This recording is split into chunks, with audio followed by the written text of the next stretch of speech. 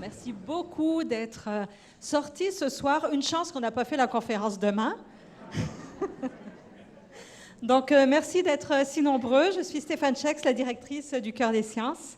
Avant de rentrer de plein pied dans la conférence, j'ai une petite parenthèse pour vous.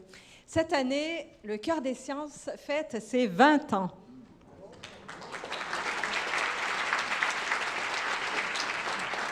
Alors, 20 ans, c'est beaucoup de rencontres entre les chercheurs, les chercheuses et le public. Et au Cœur des Sciences, notre petite équipe, on a envie de vous gâter, notre public adoré. Alors, ce soir, on va tirer 2 laissez-passer qui vont être valides pour 2 personnes pendant 1 année pour toutes nos conférences. Alors,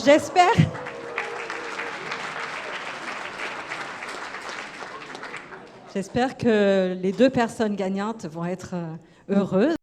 Alors, les petites consignes pour la conférence. La conférence va durer une 50aine de minutes et sera suivie d'une période de questions.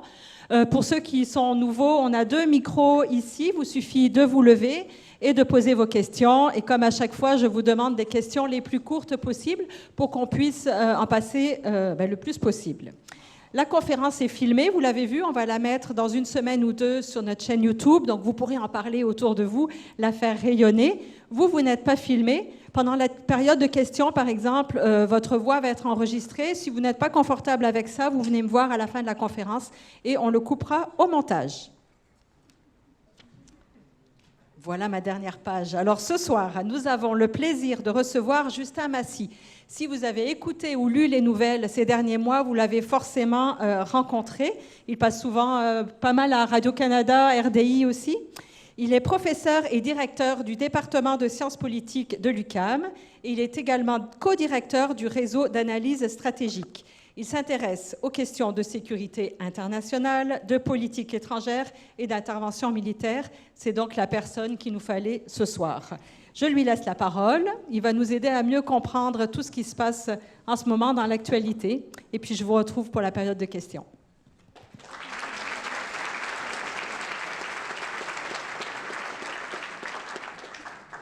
Alors, bonjour à toutes et à tous. C'est un plaisir d'être avec vous et de vous voir en si grand nombre. Je pense que vous êtes plus nombreux que ceux qui avaient assisté à la discussion entre Christine Fréchette et Bernard Drainville. Donc, bravo de vous être déplacés. C'est un plaisir, d'autant plus que, c'est ça, si vous êtes ici et que vous me connaissez un peu, vous savez en plus que ce ne sera pas un sujet super rose, évidemment. On va parler des choses de ce qu'on appelle dans le domaine de la tragédie des relations internationales, le monde qui ne va pas si bien. Mais ce que je vous propose, ce n'est pas de le solutionner. Malheureusement, un prof d'université n'a pas ces pouvoirs, j'aimerais, mais ce n'est pas possible. Ce que je vous propose plutôt, c'est de vous offrir certaines lunettes pour le comprendre, certains outils, certains moyens de mieux saisir le monde dans lequel on vit pour peut-être mieux le comprendre, puis ensemble peut-être se réconforter de pouvoir au moins donner un sens à ce qui peut sembler malheureusement trop souvent chaotique. Alors le programme que je vous offre, que je vous propose pour la soirée, pour les prochaines minutes, c'est de vous offrir 5 outils, 5 façons de voir les choses, 5 questions qu'on se pose, 5 scénarios ou hypothèses que si on les prend puis on regarde le monde dans lequel on vit, incluant les derniers développements, bien sûr, avec l'invasion de l'Iran des derniers jours, mais qu'est-ce que ça nous dit? Qu'est-ce que ça nous révèle? Qu'est-ce que ça peut nous donner comme outil de compréhension pour mieux y donner un sens? Il y en aura 5. Est-ce qu'on assiste à un partenariat autocratique entre grandes puissances illibérales, c'est-à-dire non démocratiques? Est-ce qu'on assiste à une hégémonie prédatrice sous la gouverne, bien sûr, du nouveau président des États-Unis, Donald Trump? Est-ce qu'on assiste à un néo-royalisme, c'est-à-dire cette idée d'une clique d'élites dirigeantes qui gouverne avec des relations familiales, parfois de népotisme? Est-ce qu'on est en train de vivre ou est-ce qu'on est au milieu d'une nouvelle guerre froide? Autre question qu'on peut se poser. Et enfin, une qui est souvent posée et que je voulais ajouter ici, parce qu'on me pose souvent la question, est-ce qu'on est en train de rentrer dans un engrenage qui nous dirige vers une 3e guerre mondiale, malheureusement? Je n'ai pas toutes les réponses, simplement des outils d'analyse. Je vais essayer de mettre à jour aussi, il y aura beaucoup de de concepts, parce que c'est ça qu'un prof fait, essayer de donner des lunettes, essayer de donner des outils, comme je vous disais, mais essayer de le donner avec plusieurs exemples, incluant bien sûr cette guerre sans stratégie à laquelle on assiste depuis plus d'une semaine maintenant. Alors, le partenariat autocratique entre ces trois hommes, est-ce qu'on assiste à une division du monde? Ici, ça va être dans l'idée du titre de cette conférence, se partager le monde. Est-ce qu'on assiste à la redéfinition, le redécoupage du système international, comme à Yalta, où on va faire une ligne, on va tracer en disant « ceci est à toi, ceci est à moi et ceci est à toi ensuite ». C'est cette idée de sphère d'influence, cette idée où les États se définiraient, les grandes puissances, c'est-à-dire celles qui sont capables de se le permettre, dessineraient leur périphérie, leur zone d'influence, où ils exercent leur domination dans cette région-là, imposent leur volonté et espèrent, ou plutôt exigent, la loyauté, la vassalisation, c'est-à-dire des régimes dociles, complaisants, alignés sur leurs intérêts. On a clairement la matière pour penser cela lorsqu'on lit la stratégie de sécurité nationale des États-Unis et ensuite sa politique de défense nationale qui a été divulguée il y a quelques mois, qui dit clairement et sans embâche que les États-Unis doivent dominer toute la région de l'hémisphère occidental. Et l'hémisphère occidental, ça part de la Terre de Feu, donc de l'Argentine, jusque chez nous, jusqu'au Canada, jusque maintenant au Groenland également. En disant ceci est maintenant la zone prioritaire des États-Unis. Dans cette zone-là, les régimes doivent être dociles, doivent s'aligner, doivent répondre à nos intérêts. Sinon, on se réserve le droit d'imposer soit la coercition économique, comme on le voit bien sûr avec les guerres commerciales, mais plus encore, l'usage de la force militaire. Et bien sûr, on a vu ceci se concrétiser avec l'attaque contre le Venezuela, un régime qui était bien sûr hostile aux États-Unis, mais depuis plusieurs des administrations dans le passé. Mais la différence avec Donald Trump, c'est qu'il n'a pas hésité à recourir à la force militaire pour faire quoi? Pour changer de régime, le décapiter, donc essentiellement kidnapper le dirigeant du pays, et avoir un gouvernement en place maintenant qui suit les intérêts des États-Unis. Ce n'est pas la démocratie, ce n'est pas les droits de la personne, malgré ce que certaines personnes pouvaient espérer de se produire de cette intervention militaire-là. Ce n'était pas l'objectif, ce n'était pas dans l'intérêt du président américain d'apporter, si vous voulez, un changement de régime au sens où on peut l'imaginer, ou on l'imaginait avant, d'apporter la démocratie et les droits de la personne. Non. C'est cette idée plutôt d'avoir des gouvernements complaisants ou dociles ou alignés qui répondent aux exigences. Et qu'est-ce que les États-Unis ont eu en échange? L'accès au pétrole, la principale commodité recherchée dans ce contexte-là. Donc ça, on l'a vu clairement. On l'a vu aussi sur les attaques, bien sûr, des menaces contre le Canada, sur lesquelles je vais revenir à la fin de la présentation, mais aussi sur le Panama. On a cette idée de vraiment être imposé, et bien sûr avec le Groenland, que les États-Unis considèrent maintenant dans leur sphère d'influence et dans cette zone où ils doivent réimposer leur domination.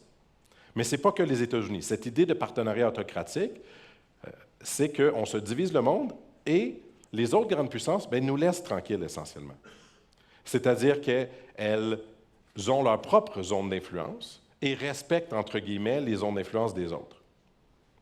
Il n'y a pas eu beaucoup de réactions chinoises au renversement du régime de Maduro au Venezuela. Bien sûr, on va critiquer publiquement, mais il n'y a pas eu de réaction forte de la part de la Chine. Bien, on vit la même chose en Europe de l'Est maintenant. La sphère d'influence que veut imposer la Russie, c'est celle qui était similaire à lorsque l'Union soviétique existait, une influence dans sa périphérie, là où son dernier bastion qui lui restait potentiellement d'influence, c'est-à-dire l'Ukraine. Parce que le reste des autres pays sont soit membres de l'OTAN, donc beaucoup plus difficiles à attaquer, soit la Biélorussie, déjà alignée avec un régime docile aligné sur la Russie. Et la guerre à laquelle on assiste malheureusement depuis plus de 4 ans maintenant en Ukraine, est cette manifestation, concrétisation d'un désir de sphère d'influence, d'impérialisme, d'imposer un régime qui satisfait les exigences de Vladimir Poutine. Ce qui fait qu'on peut se poser la question, est-ce que si on donne le Donbass, cette portion de l'Est de l'Ukraine que convoite le président Poutine présentement et qui est prêt à sacrifier des centaines de milliers de Russes pour obtenir, est-ce que si on lui donne cette parcelle de territoire, qui reste à peu près 20 à conquérir, dont 2 grandes villes qui sont Kramatorsk et Sloviansk, est-ce que ce sera assez? Parce que le deal présentement sur la table que le président Trump voudrait que l'Ukraine signe, c'est que l'Ukraine quitte ce territoire-là, de quelques milliers de kilomètres carrés, dont 2 grandes villes, comme que je viens de nommer, volontairement, recule essentiellement, donne ce territoire-là à la Russie, et qu'en échange, il y aurait la paix. Et cette lecture-là découle à mon avis, une mécompréhension profonde des causes de la guerre. Pourquoi? Parce que si on a cette lunette de sphère d'influence, on sait que ce que souhaite Vladimir Poutine depuis le début de cette invasion, et il l'a même dit lui-même au début de la guerre, c'est un régime docile. S'il a 20 de plus d'un territoire, ça va être chouette. Il l'aura obtenu sans l'obtenir par le champ de bataille, sans sacrifice humain et économique. Mais qui nous dit qu'il ne va pas recommencer une guerre plus tard? Il s'était arrêté en 2014 lorsqu'on lui a cédé, en fait, lorsqu'il a pris la Crimée et soutenu une partie des rebelles dans l'est de l'Ukraine, et a recommencé en 2022. Alors, ce que l'Ukraine dit, c'est qu'elle est prête à résister jusqu'au bout, parce qu'elle le sait bien que cette guerre-là ne s'arrêtera pas si elle fait face à un régime impérial qui veut imposer sa volonté. Et la troisième région à laquelle on peut imposer cette idée de division du monde, c'est celle de l'Asie de l'Est, c'est celle de Taïwan. Le conflit qui n'a pas encore eu lieu, mais que tout le monde attend. Tout le monde attend parce que le président chinois a demandé à ses forces armées, l'armée de libération populaire de Chine, d'être prête en 2027 à être capable d'annexer par la force Taïwan. Donc, il y a des planifications militaires, une modernisation des budgets militaires chinois, une augmentation de la production de marine et de toute capacité de frappe militaire nécessaire pour précisément cet objectif-là.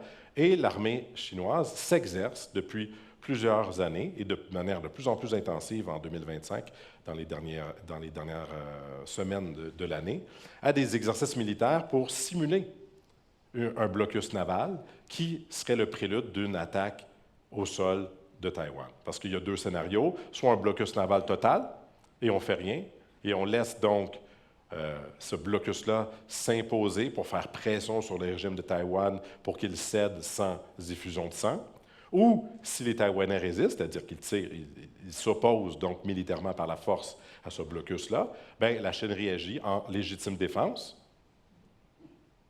et donc impose sa volonté par la force des armes à Taïwan. Et c'est un scénario qui n'est malheureusement pas implausible dans la mesure où ce désir d'imposer cette sphère d'influence-là chinoise dans la région est géostratégique, j'y reviens, mais aussi très personnel. Avec Xi Jinping, le leader chinois, qui n'est pas trop jeune, s'il peut être ce chef d'État qui est capable de réunifier la Chine, qui était l'objectif de Mao Tse-tung dès 1949, il serait vraiment placé en très haute estime dans la société chinoise. Un peu comme Vladimir Poutine se voit comme pas star, mais tsar. Et que, selon Donald Trump, il est le plus grand président de l'histoire de l'humanité, de toute façon. Lui, il le sait déjà, donc on n'a pas besoin de le convaincre. Pour Xi Jinping, ce serait vraiment un bénéfice personnel. Mais il y a un atout géostratégique de Taïwan, c'est que lorsque vous contrôlez cette île, vous êtes capable d'avoir une projection maritime beaucoup plus loin dans l'océan Pacifique. Donc, une capacité de percer la première chaîne d'îles qui est stratégique, le pourtour d'alliance que les États-Unis ont imposé au lendemain de la Seconde Guerre mondiale, qui part bien sûr du Japon ici jusqu'aux Philippines et qui permet d'endiguer, si vous voulez, la Chine. Mais dans cette logique de partenariat autocratique, il n'y aurait pas de réaction américaine. Parce que contrairement à Joe Biden, l'ancien président des États-Unis, qui s'est échappé 4 fois, qu'il disait que oui, on va défendre Taïwan si vous l'attaquez, mais oups, je ne voulais pas vraiment le dire. Mais il l'a dit 4 fois, donc c'est une erreur répétée. On savait très bien quelle était la posture américaine dans ce contexte-ci. On ne sait absolument pas comment Donald Trump réagirait s'il y avait usage de la force par la Chine sur Taïwan. Et qu'il est plus probable que si la Chine pouvait offrir un deal à Donald Trump qui soit dans l'avantage des États-Unis, sur sa balance commerciale notamment, qui est astronomique pour les États-Unis face à la Chine, que peut-être il y aurait quelque chose ici qui permettrait à Donald Trump de dire « ce n'est pas ma guerre, ce n'est pas important », de la même manière qu'il réagit à l'Ukraine présentement en disant « ce n'est plus notre guerre, les Européens peuvent bien acheter l'équipement militaire américain, mais nous, on ne va pas s'engager là-dedans, on va juste faire de l'argent ». Cette division du monde-là vient possible quand les États-Unis, sous un président comme Donald Trump, abdiquent leur leadership mondial qu'ils exerçaient depuis plusieurs décennies et laissent volontairement, donc, parce que c'est une abdication, ces sphères-là à d'autres pays. Alors, ce que ça veut dire, bien sûr, l'Europe doit en conséquence penser, est-ce que je vais être obligé de me défendre seul, sans les États-Unis? Et c'est beaucoup de préoccupations qui ont cours présentement dans les capitales européennes. Ailleurs dans le monde, bien sûr, on voit qu'il y a ces sphères-là qui sont respectées, mais lorsqu'on est au carrefour de ces sphères, le Moyen-Orient en étant une, bien, on voit que là, ici, il y a davantage d'affrontements, c'est plus conflictuel entre les grandes puissances. Présentement, dans la guerre en Iran, et la Chine et la Russie, c'est davantage démontré, mais la Chine, il y a de grands doutes, partage du renseignement aux forces iraniennes pour cibler les troupes américaines et les bases sur lesquelles ils frappent avec les drones Shahed et les missiles balistiques. Il y a cette coopération-là qui est faite par ces pays, notamment surtout la Russie au niveau du satellitaire, mais la Chine également a envoyé des navires d'écoute électronique dans la région, simplement, sûrement pas pour faire du tourisme, et qui probablement partagent ces renseignements-là et négocient présentement avec le régime de Téhéran pour que les bateaux, les pétroliers chinois, eux, aient le droit de passer le détroit d'Ormuz sans être interceptés par les frappes iraniennes. Et pour le Canada, bien, qu'est-ce qu'on peut en déduire de cette logique-là? C'est que ce que les États-Unis souhaitent, c'est un alignement. C'est un alignement, c'est un régime docile qui se plie aux volontés, aux intérêts des États-Unis. Et malheureusement, on n'a pas, à mon avis, pleinement pris conscience de ça à Ottawa, malgré le discours de Davos. Le discours de Davos a eu un impact très fort, je pense, parce qu'il résonnait dans ce que les gens se disaient, oui, c'est ça qu'on doit faire.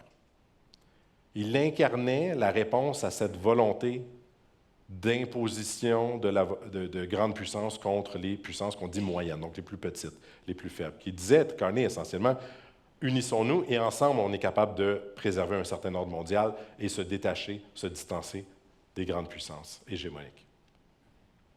Mais dans la concrétisation de ça, je ne vois aucune preuve. M. Carney est très actif à avoir des accords commerciaux avec d'autres pays, absolument, et ça, il n'est pas le seul. Tous ses prédécesseurs ont tenté de faire ceci avec des partenariats économiques avec les pays d'Asie de l'Est, l'ASEAN notamment, et avec l'Europe. On a déjà un accord de libre-échange. La difficulté, ce n'est pas de signer l'accord de libre-échange, c'est de transformer le commerce canadien pour qu'on commerce avec ces pays-là plutôt qu'avec les États-Unis. Et ça, c'est extrêmement difficile à changer. Et quand on regarde sa politique étrangère, en matière de défense, essentiellement, on a une politique qui dit qu'on va s'intégrer davantage dans l'architecture de défense nord-américaine, à travers notamment le dôme doré, donc le Golden Dome. Le premier ministre Carney est en faveur de le faire. Et la stratégie industrielle de défense qui a été annoncée il n'y a pas longtemps, qui disait, bon, on va développer chez nous notre industrie de défense parce qu'il faut augmenter notre autonomie. Bien, ça, c'est ce qu'on vous a dit, mais moi, je l'ai lu. Et quand on la lit, on voit que la mise en œuvre est différente de cette lecture-là. Parce que ce qui va être considéré comme une entreprise canadienne, ce seront incluant les filiales américaines établies au Canada. Donc General Dynamics, L3 Harris, Bell Textron, etc. Et donc, si c'est ça, acheter canadien, ce n'est pas de l'émancipation. Deuxième hypothèse lecture pour essayer de comprendre ce monde, est-ce qu'on assiste à une hégémonie prédatrice? Ici, c'est le terme utilisé par Stephen Walt dans un dernier article. Parce que, bien sûr, il constate la fin de ce qu'on a appelé l'hégémonie bienveillante.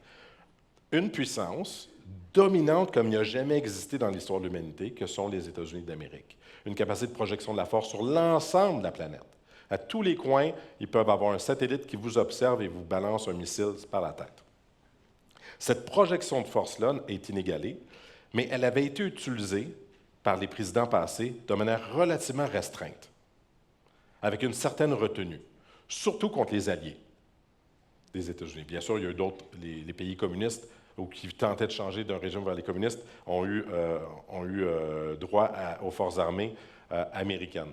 Mais dans ce qu'on appelait le monde libre, il y avait cette retenue-là qui semble être levée, qui semble être plus dans une idée de, ici que je cite, « ce qui est à moi, et ce qui est à moi, à toi, c'est négociable. » Que tout est une somme nulle. Tout ce que je n'ai pas, je peux vous le prendre. Et tout ce que vous avez, vous me l'enlevez. Il ne peut pas avoir de gagnant-gagnant. C'est cette logique qu'on a appliquée beaucoup de la lecture de Donald Trump, d'une vision de gars de l'immobilier qui veut acheter des propriétés, puis que si ce n'est pas à vous, mais c'était au voisin, et donc vous l'avez perdu. Une logique très binaire. C'est oui ou c'est non, c'est à moi ou c'est pas à moi. Et c'est ça qui amène cette logique d'extorsion et de soumission qui soutiendrait cette vision-là, où ce qu'il préfère le plus, M. Trump, c'est la loyauté. Donc, les gens qui l'entourent sont des gens qui n'ont pas d'expérience en politique étrangère. On apprenait aujourd'hui, en fait, selon ce que Trump disait aujourd'hui, bien, que les personnes qui l'ont le plus influencé dans sa décision pour estimer que l'Iran posait une menace contre les États-Unis, et donc il devait attaquer en premier parce que l'Iran était pour attaquer les États-Unis, ce n'est pas les services de renseignement des États-Unis, non, il ne s'est pas fié à ça. Il s'est fié à son gendre qui lui a dit, donc Jared Kushner, c'est ce qu'il nous a dit aujourd'hui, M. Trump, donc je ne répète que ses paroles, et Steve Witkoff aussi qui lui aurait dit ça. Alors, deux personnes qui n'ont aucune expérience de renseignement et qui n'ont pas donc utilisé ce qui était habituellement l'appareil d'État américain pour définir plus précisément les intérêts des Américains, ne pas simplement l'exiger et l'imposer aux autres sans réflexion. Alors, on ajoute une aide conditionnelle. Donc, il a dit, par exemple, aux pays de l'OTAN, bien, si vous ne dépensez pas assez dans votre PIB, ça se peut que je ne vous défende pas. Ce qui fait qu'une alliance, qui est supposée être une espèce de solidarité, une confiance mutuelle, que si je suis attaqué, vous allez vous porter à mon secours, mais cette confiance-là n'existe plus. Parce que si vous dites, bien, ça dépend comment tu as agi. Je vais peut-être t'aider, mais peut-être pas. Ça dépend comment je me sens aujourd'hui, comment tu m'as... Est-ce que tu as mis une publicité que je n'ai pas aimée dans les médias aujourd'hui? Donc, il y a beaucoup d'émotions derrière ça, de réactivité et donc d'imprévisibilité. Et ce qui fait que l'une des conséquences de cette hégémonie prédatrice-là, tous azimuts, c'est-à-dire même envers les alliés, c'est l'érosion de ces alliances. C'est le fait que l'Alliance atlantique, à mon sens, a perdu son socle premier, la confiance mutuelle. Mais qu'il y a encore, comme à Ottawa, en Europe également, beaucoup de déni. Beaucoup de déni au sens où beaucoup pensent que c'est temporaire, tout ça. C'est juste un petit blip. On va passer à autre chose bientôt. Ce n'est que Donald Trump et on va retourner à la normale parce que c'est plus facile de penser qu'on va retourner à la normale dans 4 ans, dans 2 ans, peut-être quand le Congrès sera démocrate, par exemple, que de faire les transformations pour réduire cette dépendance structurelle que l'on a envers les États-Unis et devenir des nations plus autonomes. Mais par contre, c'est mal, je pense, comprendre la transformation réellement en cours aux États-Unis. Cette montée du protectionnisme, ce qu'on appelle l'arsenalisation des interdépendances, c'est-à-dire on va utiliser votre dépendance économique, commerciale, par exemple, et on va l'arsenaliser, on va en faire une arme. On va dire, si je vais vous faire mal là pour obtenir ce que je souhaite. Cette logique-là, protectionniste et prédatrice, je dirais, dépasse l'individu de Donald Trump. Quand on le voit, la réaction du Parti républicain, par exemple, ils se sont opposés à ce qui est, par exemple, des limites à son exercice du pouvoir sur l'usage de la force en Iran. On le voit sur les réactions plutôt apathiques par rapport à l'usage de la force par ICE aux États-Unis, dans le Parti républicain. Il ne semble pas avoir cette volonté réellement de contenir cette transformation de la posture des États-Unis en disant que, au contraire, les intérêts des États-Unis, ce sont les alliances. Ce sont des relations amicales avec nos alliés. C'est une alliance plus globale pour faire face justement à la Chine, pour faire face à la Russie. Cette idée de les États-Unis doivent se préoccuper d'abord d'eux-mêmes, elle est profondément enracinée dans la société américaine. C'est pour ça qu'il y a des dizaines de millions d'Américains qui ont voté pour Donald Trump et qu'il y a encore plus de 35 ou 38 % selon le dernier sondage qui l'appuient. malgré tout, malgré ce qu'ils voient.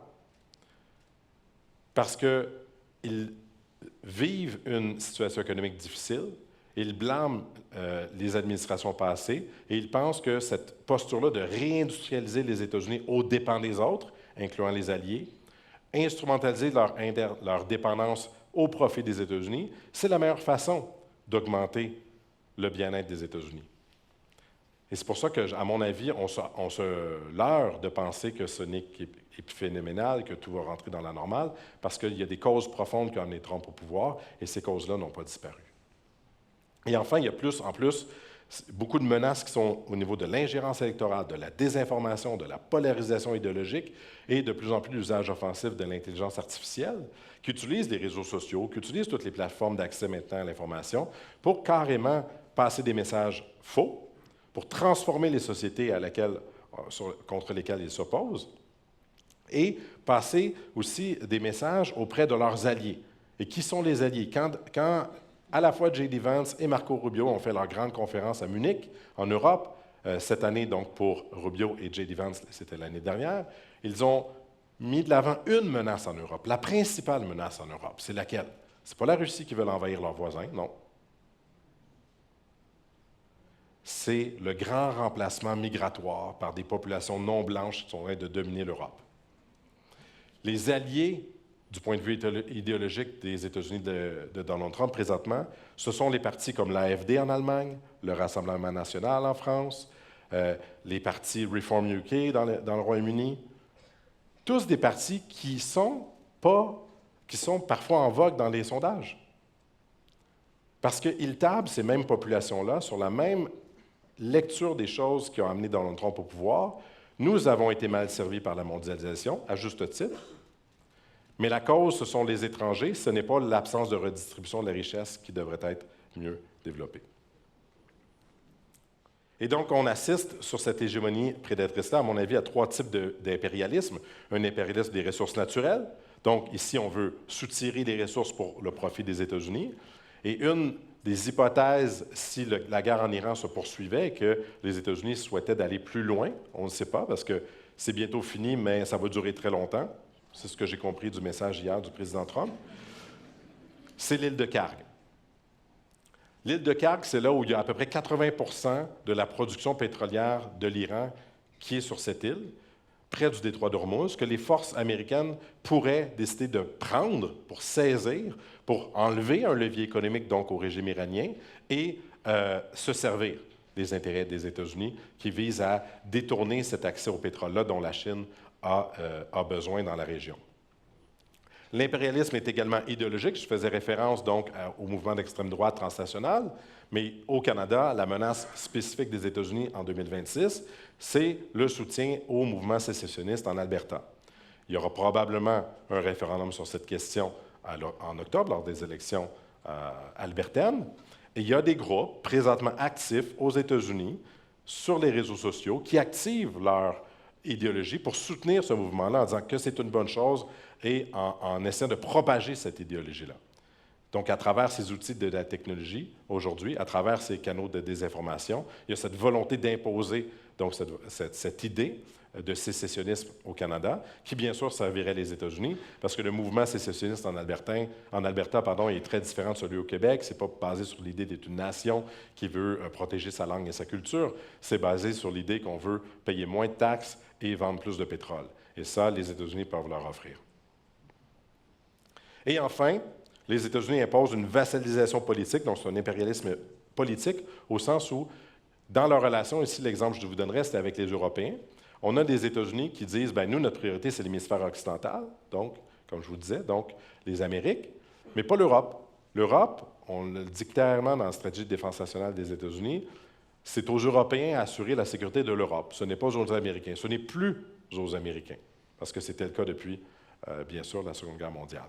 Il y a encore 80 000 soldats américains qui sont postés en Europe. Mais en même temps qu'on dit aux Européens, arrangez-vous avec votre sécurité, on veut que vous soyez autonome, on veut que vous vous défendiez tout seul, on ajoute un petit bémol, mais il va falloir que vous achetiez de l'équipement militaire américain, par contre. Parce que là, si vous mettez du protectionnisme européen pour que vous achetez en Europe, bien ça ne fonctionnera pas avec nos intérêts, alors on va vous mettre des tarifs supplémentaires. Donc, il y a cette idée de on veut que vous soyez plus autonome, essentiellement. Donc, on veut réduire notre dépendance, votre dépendance à notre égard, pardon, mais tout en maintenant celle plus structurelle qui est de l'industrie technologique et industrielle de défense. Et c'est ça qui, à mon avis, exemplifie bien cette vassalisation politique.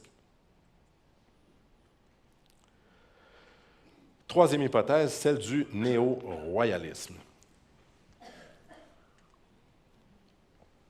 Ici, ça met de l'avant ce dont j'avais parlé tout à l'heure rapidement, de flagornerie, de flatterie, d'exigence de loyauté, qui est porté à une autre échelle pour Donald Trump. Ici, on voit le président de la Corée du Sud qui offre une couronne d'or au président Trump. Et ça marche. Parce que c'est ça qu'il souhaite. Et c'est pour ça qu'à Ottawa, je pense qu'il devrait y avoir une grande tour Trump en or et il serait heureux, peut-être qu'il nous laisserait tranquilles. Il y a cette idée de vraiment personnalisation autour de sa personne, de son narcissisme, bien sûr, mais qui va au-delà de ça. L'idée du néo-royalisme, c'est qu'il y a une petite clique d'élite dirigeante qui domine. Et cette clique-là dirigeante, elle est soit familiale, donc on le voit avec Jared Kushner, par exemple, dans l'entourage du président américain, mais on le voit aussi au niveau du capital. Donc, Donald Trump s'entoure beaucoup de gens milliardaires, de la haute technologie, des grandes industries pétrolières qu'il rencontre et qu'il réunit. Et là, avec les grandes industries de défense, notamment, il les a rencontrées auparavant. Parce que selon lui, il n'y a pas beaucoup d'égos, c'est-à-dire AUX, donc il n'y a pas beaucoup de personnes égales à lui, à Donald Trump. Il y a seulement les autres grands dictateurs mondiaux, comme Xi Jinping ou Vladimir Poutine, qui sont forts, eux, et les milliardaires qui ont réussi. Le reste sont des gens inférieurs à lui. Et cette clique-là de gouvernance est vraiment particulière parce qu'elle défait la structure de l'État et elle impose une espèce de leadership incarné par un seul individu, un peu comme c'était le cas dans l'ère des monarchies. Et c'est pour ça qu'il y a ce terme-là de néo-royalisme, où il y a une cour qui tente de plaire au roi, puis que si le roi n'est pas content, bien là, la cour va en subir les conséquences. Et donc, on veut toujours essayer de lui plaire, de lui donner la bonne information, quitte à mentir, quitte à ne pas vraiment lui communiquer les bonnes informations. Et beaucoup des explications potentielles de ces mauvaises décisions en politique étrangère au président Trump sont probablement dues au fait qu'il est mal informé, qu'il est mal conseillé, qu'on ne lui dit pas la vérité sur l'évolution de la guerre en Iran. Comme on ne dit pas la vérité à Vladimir Poutine sur l'évolution du champ de bataille en Ukraine, parce qu'on a peur. On a peur de lui dire ce que son général dise, Monsieur le Président, je n'ai pris que 1 % du territoire ukrainien en 2025, mais ça m'a coûté 400 000 soldats. Ce n'est pas un bon ratio coût-bénéfice, ça. Et donc, c'est cette idée de tribu, d'extraction des ressources, de domination, et on le voit aussi sur tout ce qui est au niveau des technologies aussi de l'information, ou qui font partie de la clique. On se souvient d'Elon Musk qui a bien sûr fait partie de l'administration avec la création du Doge aux États-Unis, mais où les États-Unis maintenant imposent le fait qu'on ne peut pas, en Europe, au Canada, on y a renoncé, imposer les grandes entreprises multinationales de l'information et des technologies américaines, parce que ce serait une offense contre les États-Unis. Et ce lien-là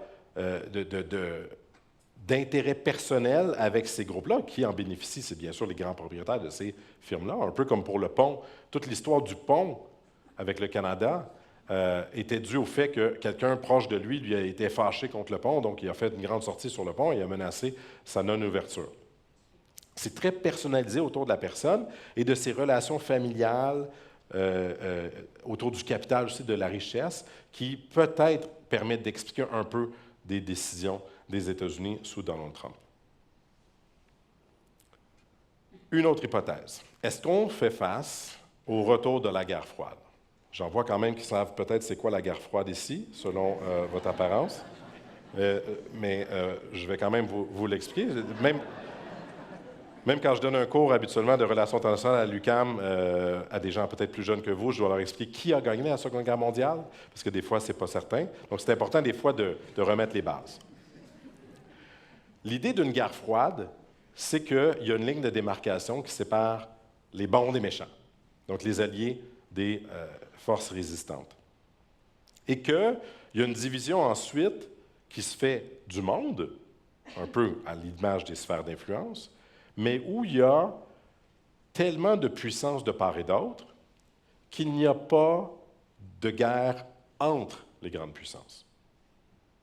Parce que si la guerre n'était plus froide, ce serait une vraie guerre. Elle est froide, pourquoi? Parce qu'il y a des tensions, il y a une possibilité de conflit, mais la dissuasion fonctionne. La dissuasion, c'est empêcher quelqu'un de faire quelque chose qu'il voudrait faire. Vous l'avez dissuadé. Si vous dites, tu peux le faire, mais ça va vraiment te coûter cher, c'est une dissuasion. La logique de l'OTAN, depuis 2014, c'est de retourner dans un modèle de dissuasion. Parce qu'à la fin de la guerre froide, on a démobilisé. Le Canada a rapatrié ses troupes chez lui, les États-Unis en grande partie aussi. Il y en avait près de 300 000, il en reste 80 000, mais beaucoup pour le centre de commandement du CENTCOM aussi des États-Unis pour mener des opérations au Moyen-Orient. Et il y a eu une démobilisation, de baisse des budgets militaires, baisse du nombre de troupes, etc. Jusqu'à 2014. Jusqu'à 2014, qui est bien sûr le moment de l'annexion de la Crimée. Et avec le retour de cette guerre et du soutien des groupes rebelles dans l'est de l'Ukraine, et qui a mené donc à des affrontements en 2014 et 2015, et ensuite à des accords de paix qui n'ont pas été respectés. Avec ce retour-là, l'OTAN a dit, possiblement que la Russie n'est plus un État bienveillant, a peut-être des velléités d'invasion de son territoire, de territoires adjacents à sa périphérie, donc on va augmenter notre présence militaire. Et c'est là qu'à partir de 2016-2017, le Canada a envoyé quelques 450 soldats en Lettonie. D'autres pays l'ont fait également en Pologne, il y a eu des déploiements militaires en Estonie, en Lituanie. Ici, vous voyez un peu la projection de force sur le flanc est. On a aussi commencé à envoyer des patrouilles d'avions de chasse pour surveiller le territoire, parce que les pays baltes n'ont pas d'avions de chasse. Donc, ce sont des pays de l'OTAN qui se partagent le fardeau. Ça fait longtemps que le Canada l'a fait, parce que nos avions, ils ne volent plus beaucoup. Mais c'était des forces qu'on appelait de tripwire, des forces sur lesquelles vous vous enfargez en envahissant un pays, mais qui ne vous empêchent pas de l'envahir. L'idée, c'était de simplement avoir une mini-forme de dissuasion, mais pas réellement dissuasive en termes de capacité réellement de défense de ces territoires-là contre la Russie. Plutôt que si vous attaquez la Lettonie, qui est un tout petit pays, bien, vous allez tuer aussi des Canadiens, puis aussi peut-être des Italiens, des Espagnols. Alors peut-être que ces pays-là vont vouloir défendre la Lettonie. Parce que la crainte, c'est que si vous n'avez pas de troupes au sol là-bas et que vos soldats à vous ne meurent pas, bien, si la Russie l'attaque, quelle est la garantie que ce pays-là a que vous allez vous porter à sa défense? Très peu. C'est pour ça que le général de Gaulle a voulu que la France ait l'arme nucléaire, parce qu'il s'est dit, qu'est-ce qui me fait penser que les États-Unis seraient prêts à recourir à l'arme nucléaire pour défendre la France contre l'Allemagne de l'Est qui voudrait nous attaquer? J'ai aucune confiance dans les États-Unis, disait-il. Il faut que la France puisse se défendre elle-même, par elle-même, sans dépendance. Les autres pays ont souhaité plutôt le faire avec les États-Unis, mais pour se rassurer, ils ont exigé, ou demandé plutôt, une présence militaire américaine considérable pendant la guerre froide sur le territoire. Et à la fin des années 50, début 60, là, le Canada avait 10 000 soldats déployés en Europe de l'Ouest, en Allemagne de l'Ouest pour être plus précisément. Des centaines d'avions de chasse, 6 500 soldats dans des brigades d'infanterie mécanisée. Ça, c'était la guerre froide. On a commencé à un peu aller dans ce sens-là en 2014 suite à l'annexion de la Crimée, et avec l'invasion de l'Ukraine, tous azimuts en 2022, l'OTAN a décidé d'augmenter sa présence sur ces territoires-là. On est passé de 450 soldats en Lettonie à 2200. Ce n'est pas une brigade, ce n'est pas les 6 500 pendant la guerre froide, alors que la population du Canada était beaucoup moindre. Et c'est certainement rien par rapport aux 700 000 soldats russes présentement en Ukraine. Mais un petit pas dans la bonne direction d'avoir une présence. Et enfin, depuis qu'il y a eu les attaques de drones dans les pays limitrophes, vous vous souviendrez, il y a des drones russes qui sont pénétrés en Pologne, qui sont allés en Estonie, il y a eu des attaques de drones à Copenhague, au Danemark, il y a eu des coupures de câbles sous-marins par les Russes dans la mer Baltique, depuis qu'il y a de plus en plus de ces actions qu'on appelle sous le seuil, c'est-à-dire, ce n'est pas une guerre ouverte, ce n'est pas une déclaration de guerre, ce n'est pas une invasion, c'est sous le seuil. Mais on a augmenté aussi la présence aérienne des forces de l'OTAN en Europe de l'Est. Mais ça fait dans un contexte où, à nouveau, on ne sait pas si les États-Unis vont se porter à leur défense s'ils étaient attaqués.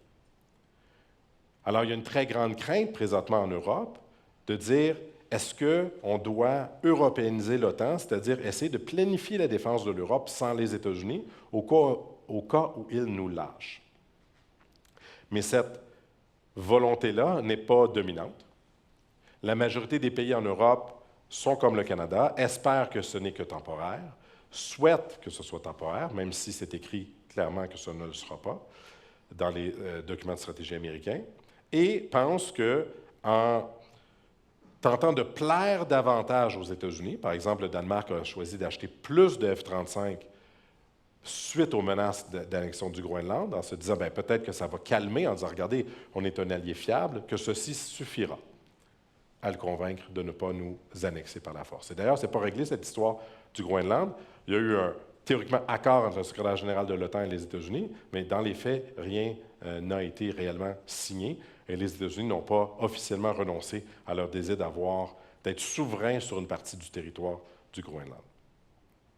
Donc, c'est la préoccupation présentement en Europe, comment assurer notre défense sans les États-Unis, et il y a une fragmentation au sein de la communauté européenne, et à part l'Allemagne, qui se réarme de manière considérable, peu de pays qui partagent une lecture réellement de distanciation et d'autonomisation. Et pour le Canada, ça le place un peu dans une situation difficile, où son territoire est menacé par les États-Unis, parce que les mêmes menaces que l'on applique au Groenland pourraient être appliquées au Canada.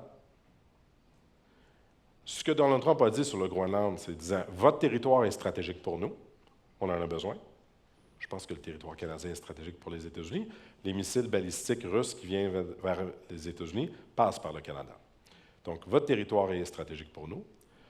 Vous êtes incapable de le défendre.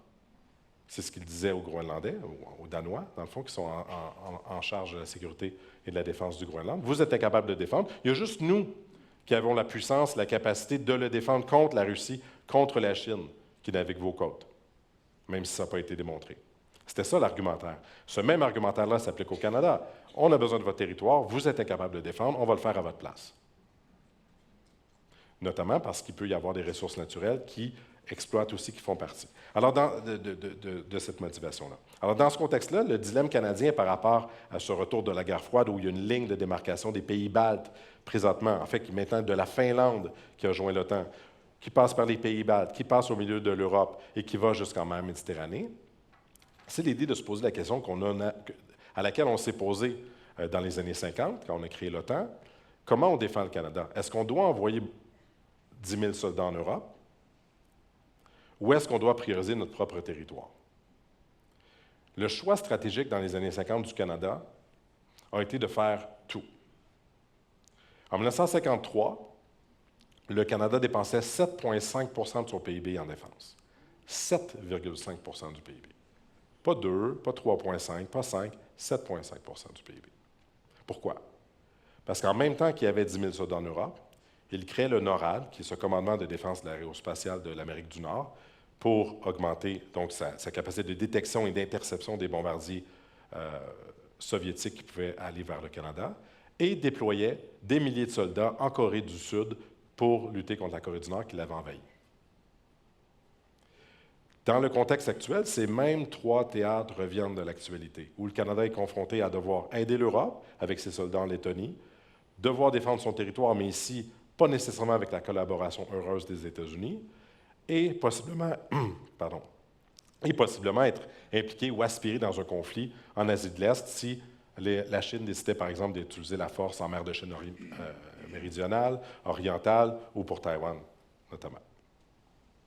Ce qui fait que la nouvelle politique de défense qui devrait être adoptée dans un tel contexte devrait être celle de, avec les États-Unis si possible, c'est-à-dire s'ils veulent bien collaborer à la défense de l'Europe, à la défense de l'Amérique du Nord ou à la défense du Pacifique, c'est tant mieux, mais peut-être sans les États-Unis si c'est nécessaire.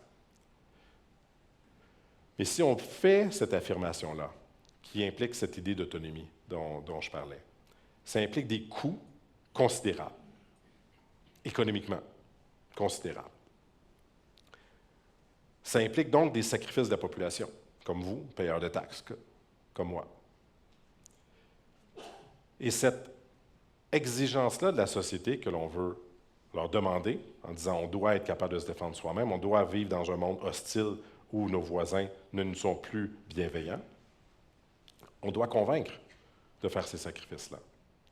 Et présentement, on n'a pas la force de cette conviction-là. On fait un discours à Davos, mais pas de discours au Parlement du Canada pour expliquer notre position qui appuie des frappes américano-israéliennes en Iran.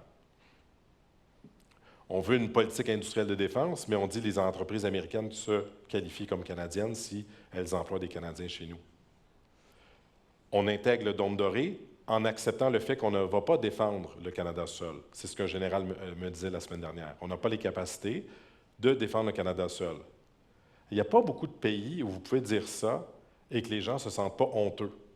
Je dis, bien voyons, général, vous n'êtes pas capable de défendre notre pays, c'est pas ça votre job.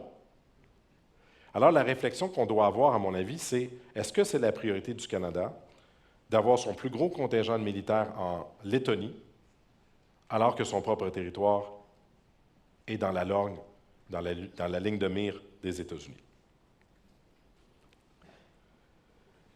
Si on va dans cette logique-là, l'OTAN a établi des plans de mobilisation du nombre de soldats dont ils auraient besoin s'ils font la guerre contre la Russie.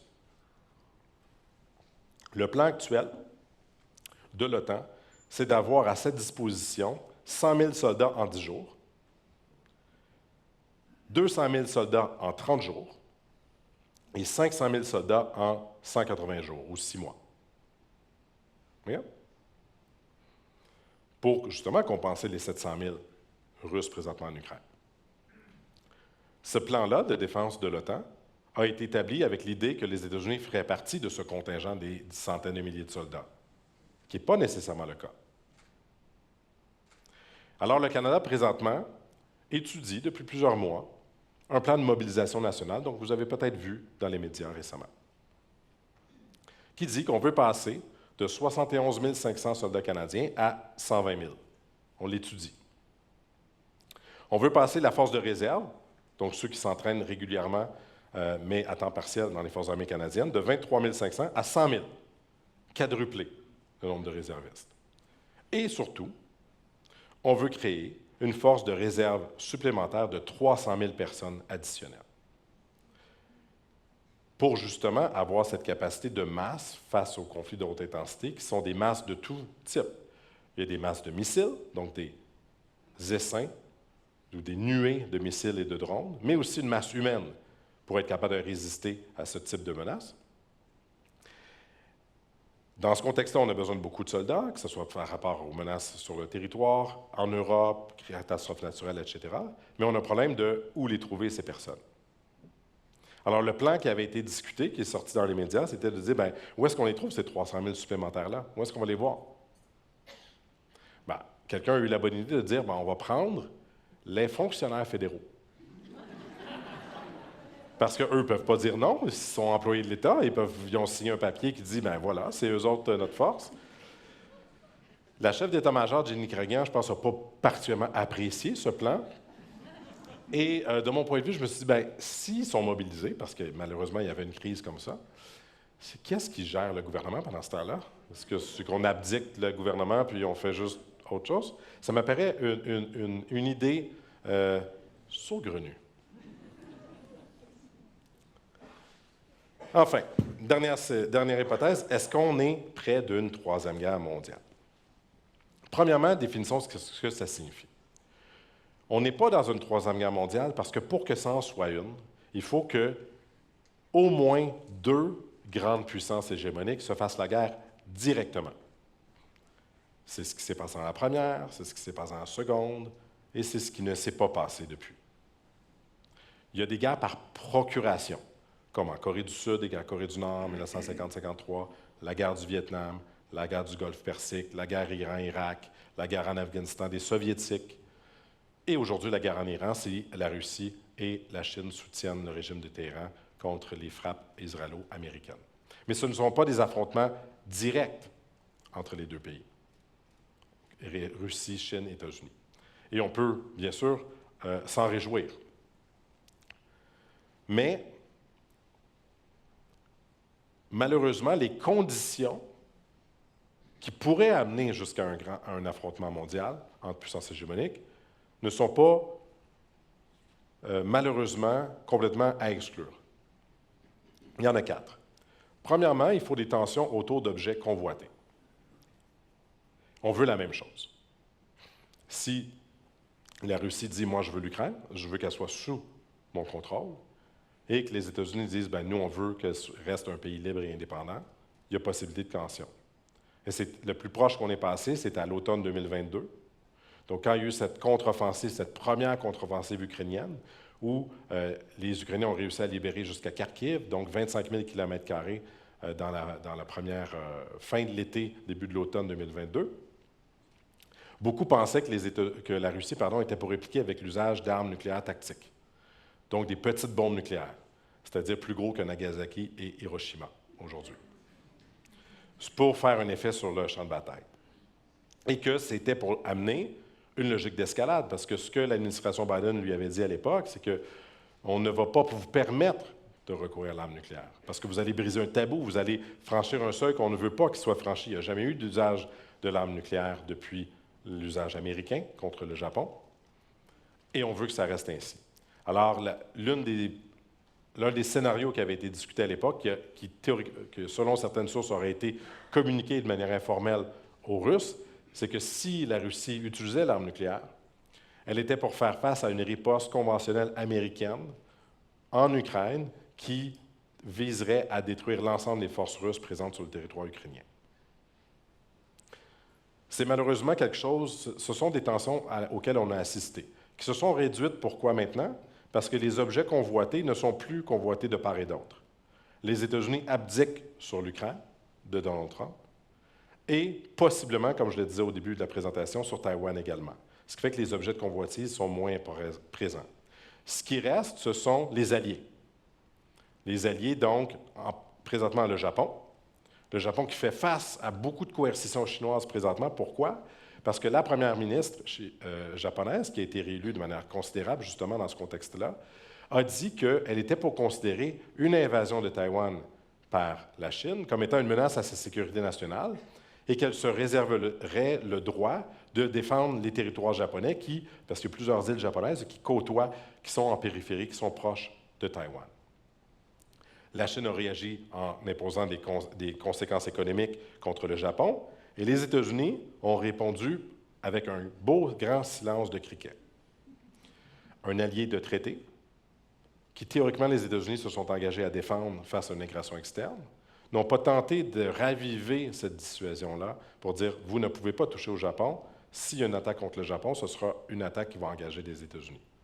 Même la stratégie de défense nationale des États-Unis dit à la Corée du Sud que c'est à la Corée du Sud d'assurer de manière principale sa sécurité face à la Corée du Nord, alors qu'il y a, je crois que c'est autour de 20 000 soldats américains déployés sur la péninsule coréenne. Donc on s'attend, éventuellement avec une administration Trump qui sera plus pris dans la guerre en Iran, à possiblement une réduction de la présence militaire américaine en Europe et également en Asie de l'Est dans ces pays.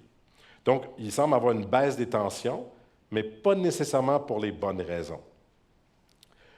Deuxième condition pour une guerre mondiale, il faut l'échec de la dissuasion. Parce que ce qui a empêché un affrontement direct entre des grandes puissances, c'est le fait que si on attaquait ce pays, on était pour subir des coûts prohibitifs, donc qui nous empêchent d'agir parce que ça va coûter trop cher. C'est ce qu'on appelle la dissuasion, par exemple, de mutuelle assurée, la destruction, pardon, de mutuelle assurée, cette idée de, si vous attaquez avec des forces nucléaires les États-Unis, ils vont riposter avec des armes nucléaires, et donc tout le monde va mourir, ça ne vaut pas la peine. Cette dissuasion-là fonctionne très bien dans le nucléaire, mais ce à quoi on assiste présentement, notamment avec la guerre en Ukraine, c'est le chantage nucléaire qui permet une guerre sous le seuil. C'est-à-dire que vous menacez votre adversaire d'usage d'armes nucléaires s'il intervient, ce qui fait qu'il ne va pas se confronter à vous. Donc, la Russie a dit, si vous envoyez, au départ, je crois que c'était les obus, ensuite les chars d'assaut, ensuite les missiles, ensuite les avions de chasse. Si vous faites ceci, on se réserve le droit de vous attaquer directement ou d'utiliser des armes nucléaires. Donc, cette idée de faire du chantage nucléaire pour permettre une attaque au sol conventionnelle, c'est-à-dire sans armes nucléaires. C'est ça à quoi on assiste, et c'est certainement une leçon que la Chine pourrait utiliser face à Taïwan, c'est-à-dire de dire, si elle réunifie Taïwan par la force, elle pourrait dire, je fais mon blocus naval, si vous tentez de pénétrer mon blocus naval, je vais répondre par la force des armes nucléaires. Ce qui lui permettrait de le faire sous le seuil, donc d'éviter un affrontement de grande puissance. Donc, il faut cet affrontement direct-là, et l'un des plus grands risques, ce n'est pas un affrontement direct de grande puissance intentionnel, donc souhaité.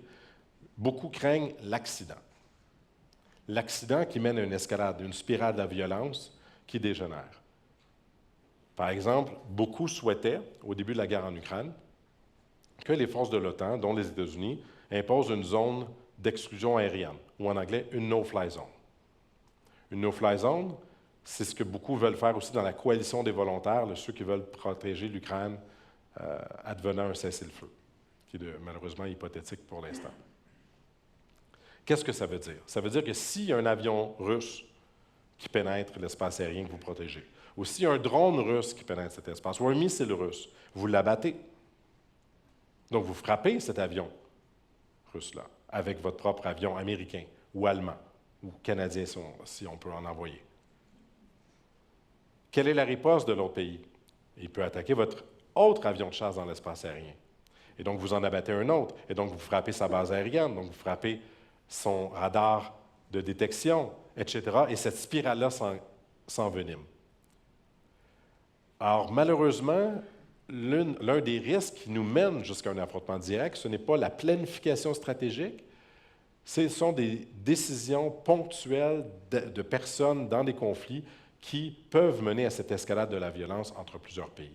Et c'est malheureusement une crainte que l'on doit garder en tête.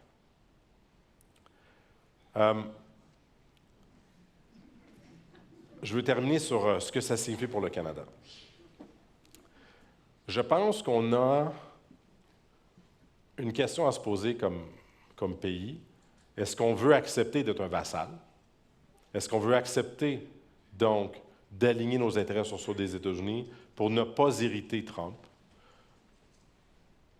Lay low, duck and cover. Il y a beaucoup d'expressions en anglais, je trouve, qui captent bien l'idée, l'image. De ne pas faire de vagues, d'accepter les demandes, de ne pas l'irriter, donc de ne pas mettre des publicités qu'il n'aime pas, de ne pas critiquer une guerre qui est hors du droit international, de ne pas envoyer de troupes au Groenland pour défendre le Groenland, parce que je veux vous signaler que le Canada a eu des grands mots sur le Groenland. Il a dit « Oh non, il faut respecter la souveraineté du Groenland ». Mais il y a 8 pays qui ont envoyé des soldats au Danemark, au Groenland en particulier, pour le défendre, et le Canada n'en faisait pas partie. Il y en a qui ont envoyé 10 personnes, il y en a qui ont envoyé 5. Le Canada, 0. Cette idée sous-jacente à ce que je disais, d'espérer que ce n'est qu'un petit parenthèse dans l'histoire et que tout va se rétablir, amène beaucoup encore à penser que acceptons d'être vassal le temps d'un moment, tout va revenir à la normale après et on pourra s'en sortir plus tard. L'alternative, c'est d'être souverain. Ce que moi j'ai appelé le plan B. Il faut planifier notre plan B. Notre plan A, c'est les États-Unis sont gentils, on collabore, puis tout va bien. On collabore avec eux si ça fonctionne. Mais si ça ne fonctionne plus, est-ce qu'on a un plan B? Est-ce qu'on est capable d'opérer nos forces armées sans influence américaine, s'ils décident qu'on ne peut pas? Est-ce qu'on peut défendre l'Europe avec des avions de chasse F-35 si les États-Unis disent « Vous faites ce que vous voulez en Europe, mais vous ne pouvez pas utiliser les F-35 contre les Russes, on vous en empêche. » Ce qu'ils ont déjà fait dans d'autres conflits où on ne voit pas le territoire parce que c'est contrôlé par la maison mère à Lockheed Martin, les partages du renseignement, ou que vous avez accès sur votre champ de bataille. Ce qui appellerait une politique d'autonomie, que j'ai parlé, et de résilience sociétale, ce qui veut dire d'expliquer à sa population qu'il y a des sacrifices à faire si on reste un pays souverain, et que ça prendra donc une plus grande résilience de la société économique, industrielle, politique, technologique et militaire. Et d'autres veulent aller plus loin dans la résistance démocratique, c'est-à-dire de s'y opposer vocalement aux États-Unis, de faire cette opposition, disons, plus virulente, qui, à l'autre spectre, je pense, des options stratégiques qui s'offrent au Canada. Et on ne voit pas, présentement, dans le paysage politique canadien, personne qui la défend, qui la promeut. Quand j'ai regardé le débat hier à la Chambre des communes, il y avait un absent, premièrement, des mots, donc d'une position où le Canada disait « Nous, on n'aime pas le régime iranien, mais on aime le droit international. Alors, C'est pas clair. On a le Bloc québécois qui posait des bonnes questions, mais qui n'a pas nécessairement les réponses à ces questions. Le NPD qui dit qu'il n'aime pas la guerre en général. Moi non plus, je ne l'aime pas, mais elle existe malheureusement. Et on a les conservateurs qui disent bien, nous, on veut rétablir la démocratie en Iran. Et je me suis dit, avec quelle division canadienne voulez-vous envoyer pour atteindre vos objectifs, M. Poilievre? Donc, notre débat, je pense, mérite plus d'éclairage public, plus d'engagement avec la population pour qu'on comprenne un peu quelles sont nos options qui s'offrent devant nous. Et malheureusement, c'est tout le temps qui nous a permis. Ça m'a fait grandement plaisir de discuter avec vous et je vais prendre vos questions avec grand intérêt.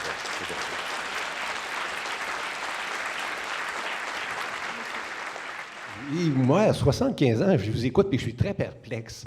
J'ai connu donc le Canada qui travaillait pour la paix, 40 ans de casque bleu, dont je suis fier, avec M. Pearson, qui sont allés à Suez, sont allés à Chypre pour travailler pour la paix. Donc, c'est quand même des années où le Canada était fier de quelque chose. J'ai connu le Canada s'en va en guerre avec l'OTAN. Donc, il est parti en Serbie, il est parti en Afghanistan, il est parti en Libye faire la guerre avec des résultats qu'on voit actuellement. Et là, actuellement, on se pose la question, la guerre, on se prépare pour la guerre encore, fait que je suis très perplexe. La question que je me pose, le Canada qui deviendrait encore un outil de paix, de trouver des façons de régler des conflits, de prévenir des conflits, puis avec l'intelligence artificielle, il y a sûrement façon d'être un promoteur de la paix, quelque part. Est-ce que je dois faire mon deuil du Canada promoteur de la paix? Non. Il ne faut certainement pas faire son deuil de vouloir promouvoir la paix, au contraire. Comment, dans le contexte d'aujourd'hui, on doit se poser la question? Ce qui a amené le Canada à gagner le prix Nobel de la paix, Lester B. Pearson, en 1956, c'est que les Français, Britanniques et Américains n'étaient pas d'accord. Les Français et Britanniques appuyaient Israël et les États-Unis ne voulaient pas d'une guerre entre l'Égypte et Israël. Et donc, ils se sont retrouvés dans une tension où on risquait la fin de l'OTAN, tellement les tensions étaient vives et les États-Unis s'opposaient à cette guerre soutenue par les Français et les Britanniques, que la diplomatie canadienne, qui excellait là-dedans, a trouvé une solution entre ses principaux alliés, a trouvé cette idée de on va envoyer des casques bleus, on va envoyer des soldats. Il va faire une espèce de ligne d'interposition entre les forces israéliennes, entre les forces égyptiennes, et on va préserver la paix. Et comme ça, on va mettre fin au conflit qui oppose nos principaux alliés, français, américains et britanniques. Le problème, c'est que les Égyptiens disaient on ne veut pas des soldats canadiens parce qu'ils sont pareils comme des soldats britanniques à l'époque, dans les années 50. Et c'est là qu'on s'est dit, qu'on a eu l'idée, on va peinturer en bleu leurs casques. Comme ça, on va les distinguer des soldats britanniques de cet uniforme. Tout ça pour vous dire que le contexte qui a mené à cette diplomatie active du Canada était cette idée ou cette tension transatlantique qui s'est répercutée aussi en Irak en 2003, où la diplomatie canadienne sous Jean Chrétien a tenté le plus possible d'éviter ce conflit-là en trouvant un compromis, en trouvant un accord entre ses principaux alliés, et a échoué et donc a décliné, évidemment, de participer à cette invasion malheureuse de l'Irak. Mais en même temps qu'on faisait ça, donc ces casques bleus-là que vous avez rappelés, le Canada a fourni 10 des casques bleus pendant la guerre froide, dont à Suez, on envoyait 1150 soldats à Suez pendant qu'on en envoyait 6500 en Europe de l'Ouest. On a oublié la partie majeure de la paix a été celle d'empêcher l'Union soviétique d'envahir l'Allemagne de l'Ouest, essentiellement, et d'autres pays. Alors, je pense qu'il faut faire les deux. Il faut à la fois faire de la dissuasion pour éviter les conflits mondiaux et tenter d'apaiser les conflits là où il y a des casques bleus. Le problème des casques bleus aujourd'hui, c'est que les pays dans lesquels ils sont déployés, les grandes puissances, soit sont complètement désintéressés,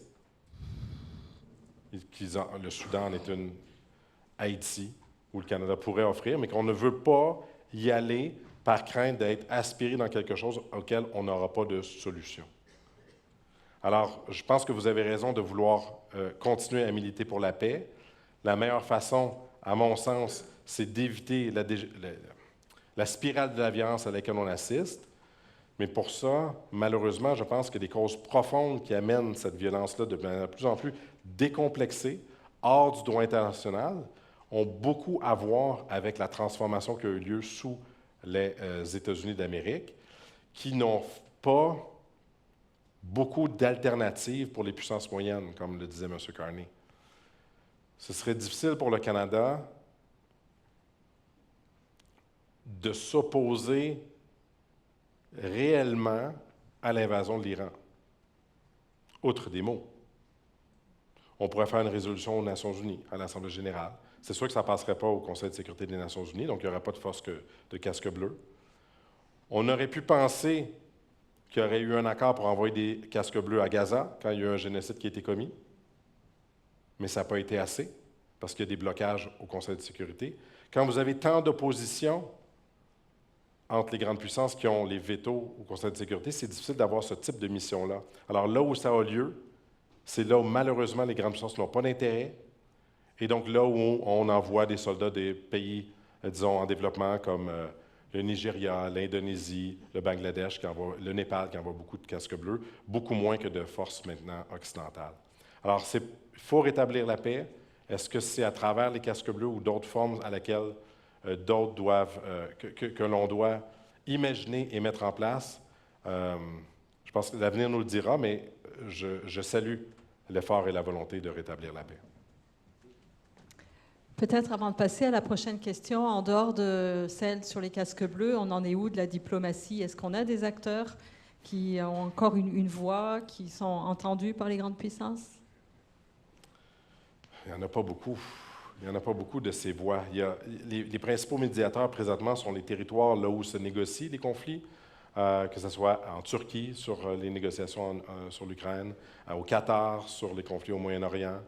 Ce sont des pays qui sont des médiateurs parce qu'ils sont hôtes et donc permettent à des délégations de se réunir, de se rencontrer. La Suisse en est un autre exemple également, mais qui n'ont pas une force de paix au sens de l'imposer, cette paix-là. Malheureusement, les opérations de paix où on s'impose, il faut s'imposer à la volonté de quelqu'un. Et pour ça, la diplomatie souvent amène un échec quand il y a des intérêts trop importants et qu'il y a cette zone de blocage-là. Alors, je n'en vois pas. Il y a le secrétaire général de l'OTAN qui fait son travail pour que l'OTAN existe encore. Le secrétaire général de l'ONU, on ne le voit pas beaucoup parce que, malheureusement, le multilatéralisme, dans un contexte d'hégémonie prédatrice et de partenariat autocratique avec l'érosion des fondements libéraux démocratiques de nos sociétés, c'est difficile. Je suis désolé, je n'ai pas des belles solutions, je n'ai pas des beaux propos. Je vous ai prévenu au départ. On s'en doutait un peu. Monsieur. Merci, professeur Bassé, de cette excellente présentation. Une question tout à fait simple. Peut-être que les grandes puissances ne sont pas les seules dans l'équation. C'est-à-dire que, est-ce qu'on ne vient pas de réveiller quelque chose que toujours les monarchies du Golfe ont craint, la guerre civile à l'intérieur de leur propre population. Ils ont tout fait pour essayer d'éteindre ça avec toutes sortes de cadeaux et de récompenses, toutes sortes de manières, mais il y a quand même des factions, et en particulier entre les chiites et les sunnites, qui font que des groupes comme Al-Qaïda et ISIS, l'État islamique, malgré ce que les gens croient, ça existe encore en Afrique et ça peut ressortir. Je me demandais, est-ce qu'une guerre légère avec des drones, où on s'empare de villes, où on grignote, ça ne va pas forcément amener encore les grandes puissances à s'affronter directement, ce qu'elles évitent à tout prix? Alors, c'est ça que je me demandais. Est-ce qu'on se retrouve devant plusieurs guerres civiles et renversements de gouvernement plutôt que des bombes atomiques? Parce que ce n'est pas par des bombes atomiques, c'est par leur propre population que les gouvernements vont être renversés. Peut-être. On l'espère que non. Peut-être. C'est-à-dire qu'il y a des renversements qui peuvent être positifs si ça amène un régime moins répressif et plus démocratique, bien sûr. Peut-être. Est-ce que les nouvelles technologies, quel est l'impact sur le champ de bataille? De ce que l'on voit, c'est la démocratisation de l'accès à des moyens de violence physique. C'est-à-dire le drone s'achète à 1 000 $. Vous y mettez un engin explosif, et vous le naviguez, et vous attaquez une cible qui n'est pas défendue. Cette démocratisation-là va se faire de plus en plus ressentir dans les groupes criminels, dans les groupes terroristes, dans les groupes qui s'opposent à des régimes, par exemple, mais pas que. Les régimes utilisent de plus en plus cette IA, cette technologie-là et ces drones-là pour surveiller leur propre population et avoir un état de répression encore plus massif, encore plus important. Ce qui a permis les frappes massives des États-Unis et d'Israël le 28 février lors du début de la guerre, c'était l'usage de l'intelligence artificielle qui permet en temps extrêmement rapide d'identifier les cibles et de donner des coordonnées de cibles aux drones, aux missiles Tomahawk, aux avions de chasse pour frapper leurs cibles. L'État chinois est maître de celui de la surveillance de sa population pour mieux assurer la pérennité du régime communiste en Chine. Alors, je pense qu'il y a les deux tensions, c'est-à-dire ces nouvelles technologies-là peuvent à la fois donner des outils de violence aux groupes qui s'y opposent, mais aussi donner des moyens considérables de surveillance et de répression pour l'État déjà en place. Alors, je ne sais pas, et je ne ferai pas l'hypothèse que l'avènement des nouvelles technologies de la guerre amènera plus de guerres civiles qu'auparavant. Parce que pour qu'il y ait une guerre civile, habituellement, soit elle est complètement incarnée de l'intérieur, parce qu'il y avait des tensions, soit qu'elle est provoquée de l'extérieur. Et si on est dans une logique de sphère d'influence que je développais dans la présentation aujourd'hui, on ne va pas vouloir soutenir des guerres civiles, parce que ça implique un enlisement, ça implique une présence au sol. C'est pour ça que, pour les États-Unis, l'Iran, ce n'est pas une question de démocratie et de renversement de régime au sens où on l'entend. Il aurait souhaité, Donald Trump, un scénario à la vénézuélienne, on décapite le guide suprême, il y a un autre qui arrive qui dit « s'il vous plaît, arrêtez vos frappes, on négocie, on vend du pétrole, tout le monde est content ». C'est pas ça qui s'est produit, parce que le régime, ce n'est pas juste une personne, c'est un régime qui honnie les États-Unis depuis plusieurs décennies.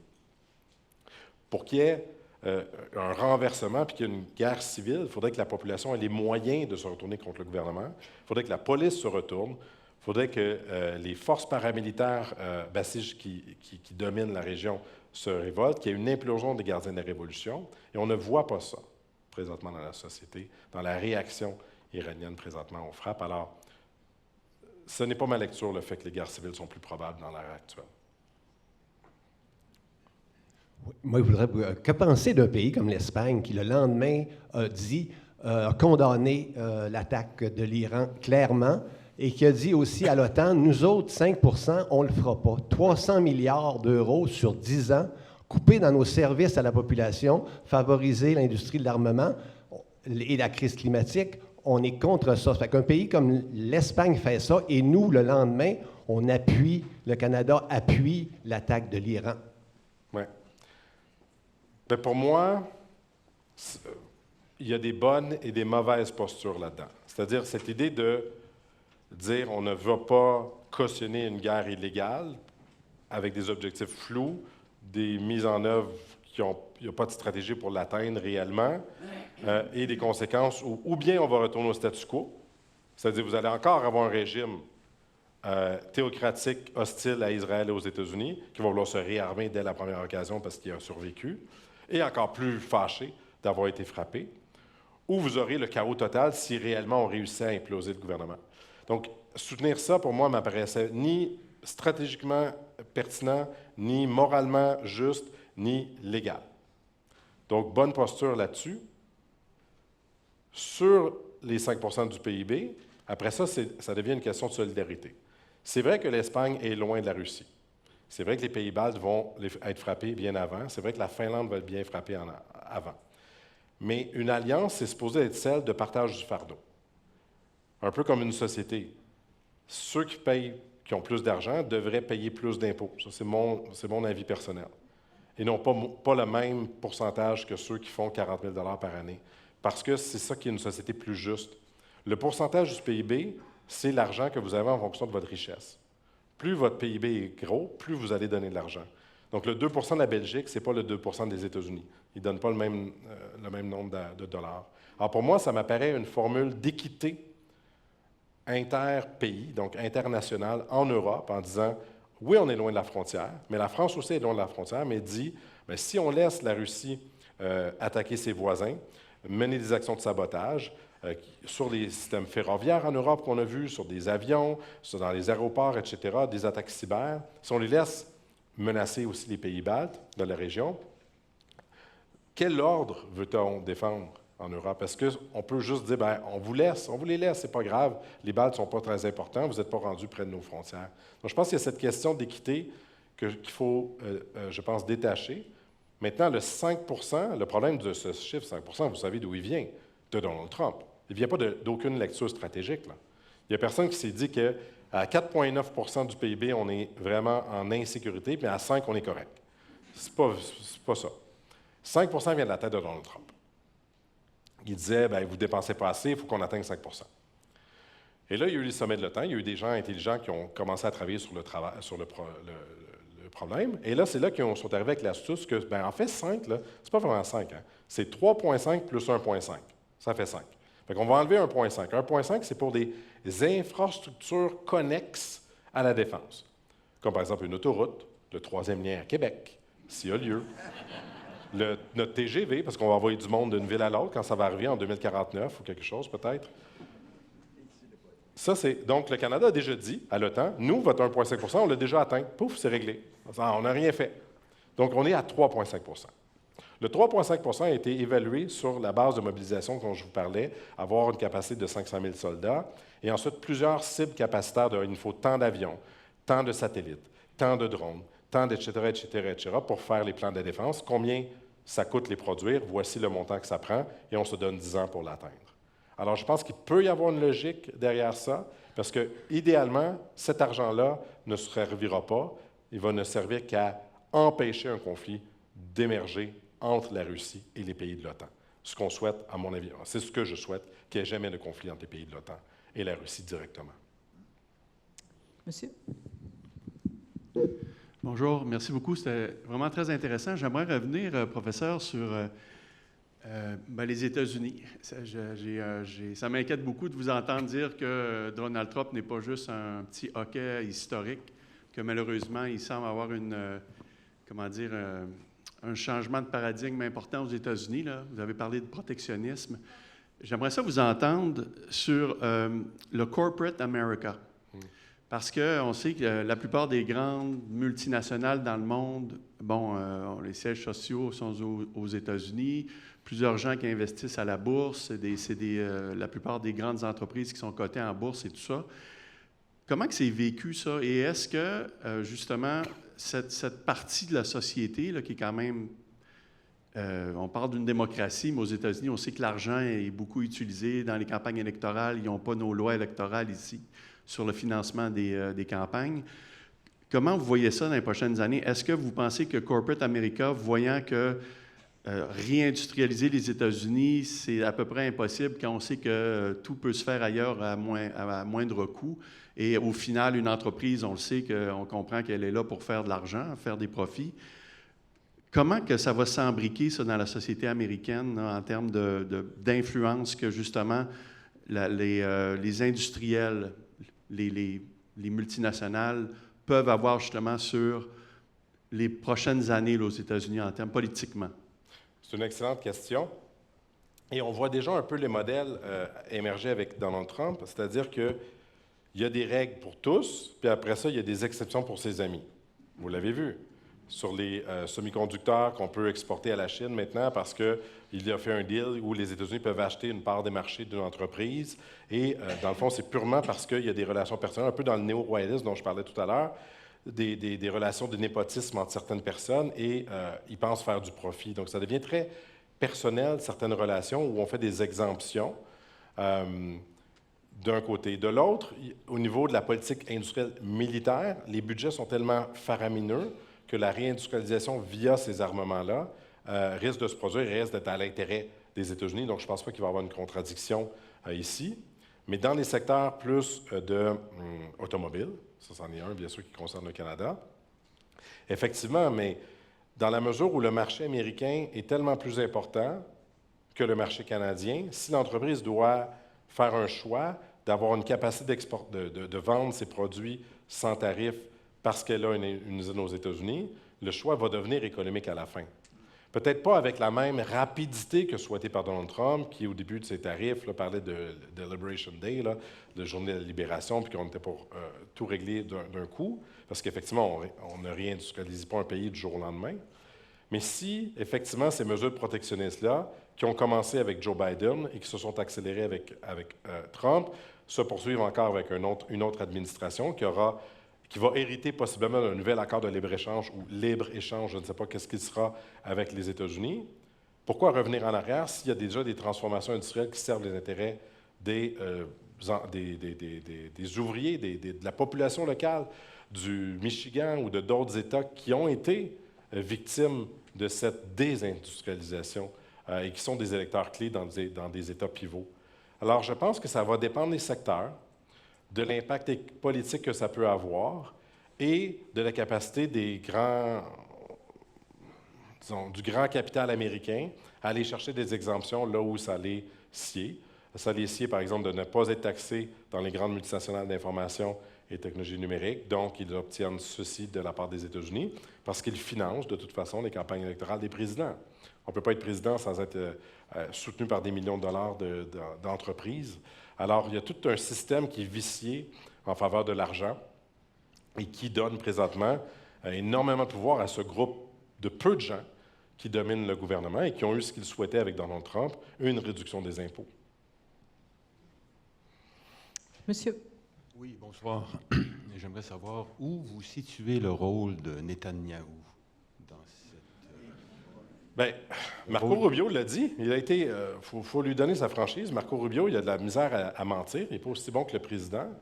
Et il a dit, écoutez, on a fait la guerre à l'Iran parce qu'on savait qu'elle était pour nous attaquer après avoir été attaqué. Et là, on a déduit que, et c'était dit ensuite plus clairement, que Israël était pour attaquer l'Iran. Et donc, puisqu'Israël était pour attaquer l'Iran, l'Iran était pour riposter, était pour frapper des bases américaines dans la région, au Bahreïn, par exemple, aux Émirats, etc. Et donc, il a fallu l'attaquer avant. Donc, il y a cette logique-là où, effectivement, la pression et la volonté israélienne de profiter du président, il n'y a jamais de président qui a donné autant carte blanche, à mon avis, aux États-Unis, au Proche-Orient. On l'a vu sur le génocide à Gaza. On continue de vendre des armes à Israël et on a maintenant un Board of Peace là, pour, je ne sais pas, pour faire de l'argent peut-être, où on a légitimé. Là, présentement, Israël donc, occupe une partie de Gaza. Son nouveau plan, c'est d'occuper le Sud-Liban. Donc, elle demande à toutes les populations du Sud-Liban de se déplacer pour créer cette zone temporelle, de profiter de l'espace qui lui est permis par le président américain. Et elle a pu faire, Israël, ce que Netanyahou a toujours souhaité depuis longtemps, vraiment désarmer le plus fortement possible l'appareil militaire iranien, donc limiter sa capacité de frapper, évidemment, l'Iran, mais aussi de financer le Hezbollah, le Hamas, les Houthis, tous les acteurs, les milices chiites aussi en Irak. Donc, vraiment un grand coup. Et ensuite, puisqu'elle aura réussi à dominer l'espace aérien iranien, si vous êtes Israël présentement et que les États-Unis disent, Trump dit « Victoire, j'ai tout réglé et je m'en vais chez moi », Israël peut dire « Très bien, nous aussi », mais 2 jours après, en disant « Ah, on voit qu'il y a une menace, par contre, on fait des frappes ciblées ». On continue les frappes ciblées sur le territoire iranien. Pourquoi? Parce que les défenses aériennes sont décimées. Parce que la capacité d'empêcher un avion F-35 israélien de pénétrer l'espace aérien iranien n'est plus là. Alors, Israël va rester, je pense, l'acteur dominant de la région au plan militaire très longtemps.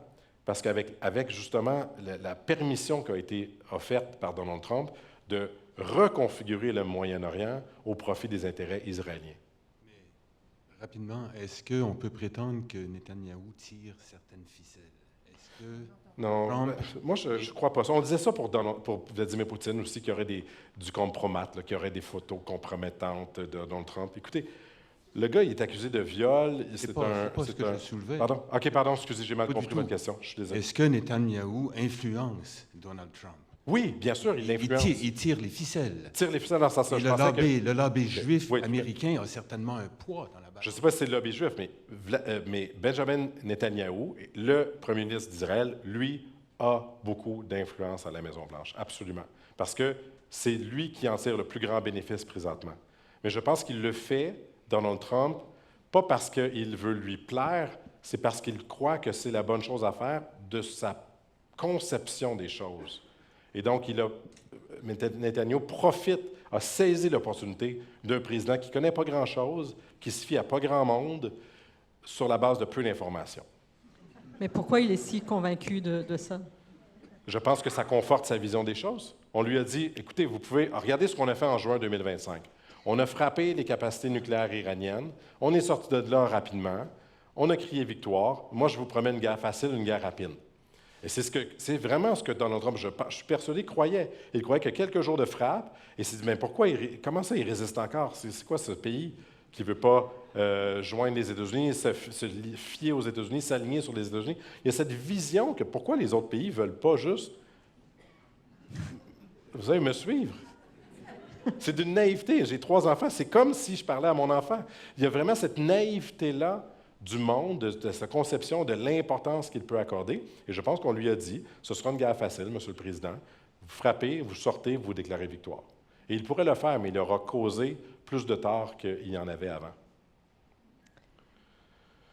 Madame, peut-être vous étiez avant. Allez-y. Oui. Bonsoir, merci beaucoup. J'ai envie de vous lancer une question ouverte, mais je vais élaborer un petit peu.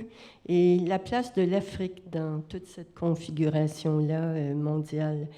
Et la raison pour laquelle je soulève la question, c'est qu'un des premiers gestes de l'administration Trump, ça a été de sabrer l'aide internationale. Je pense que sa contribution, c'était 40 40 milliards, du budget global. Ouais.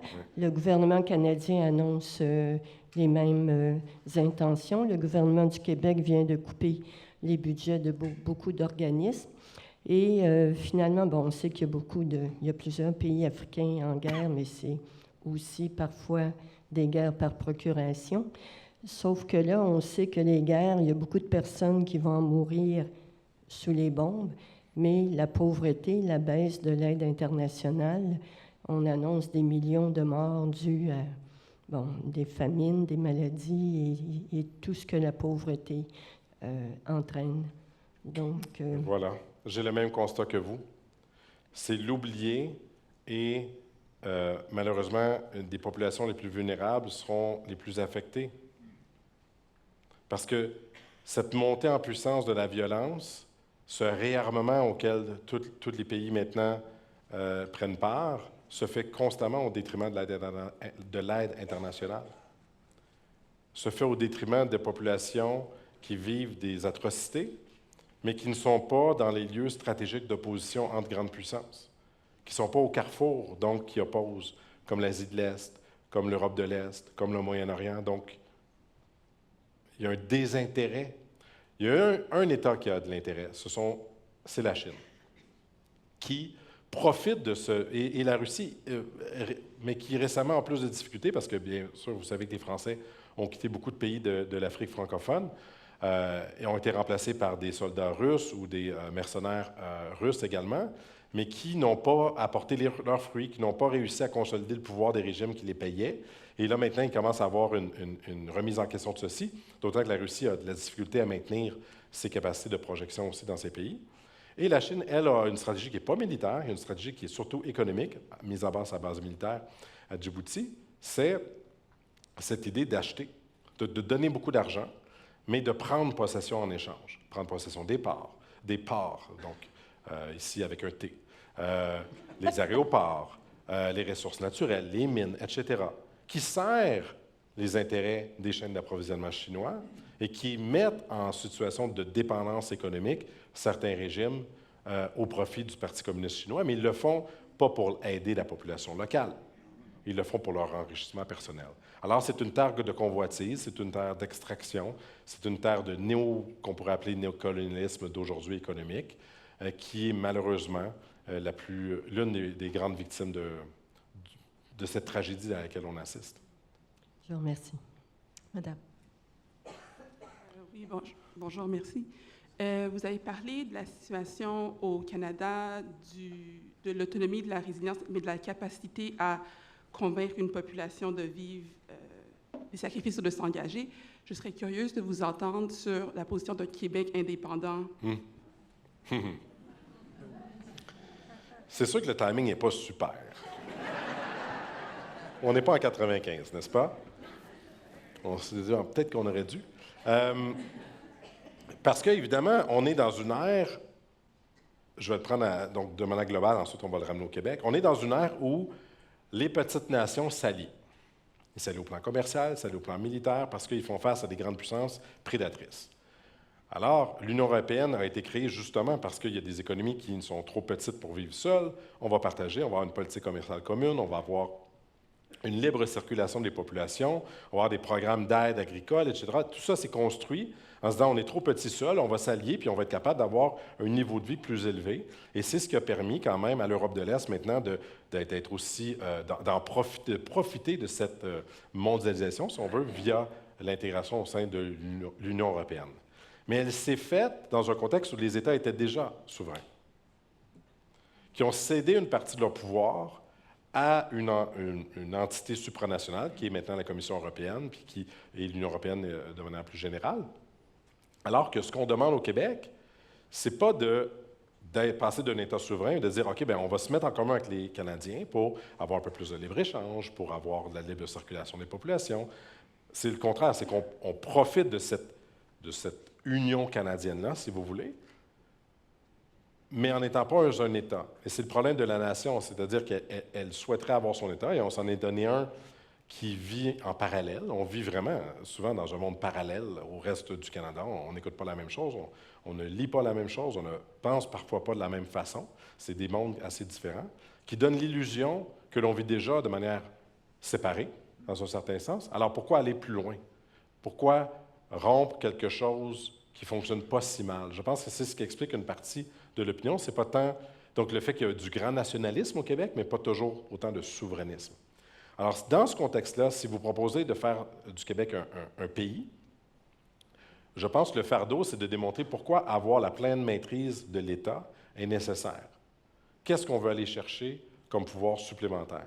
Et présentement, l'argument, il est surtout sur l'immigration, d'une part, et sur le partage des pouvoirs économiques.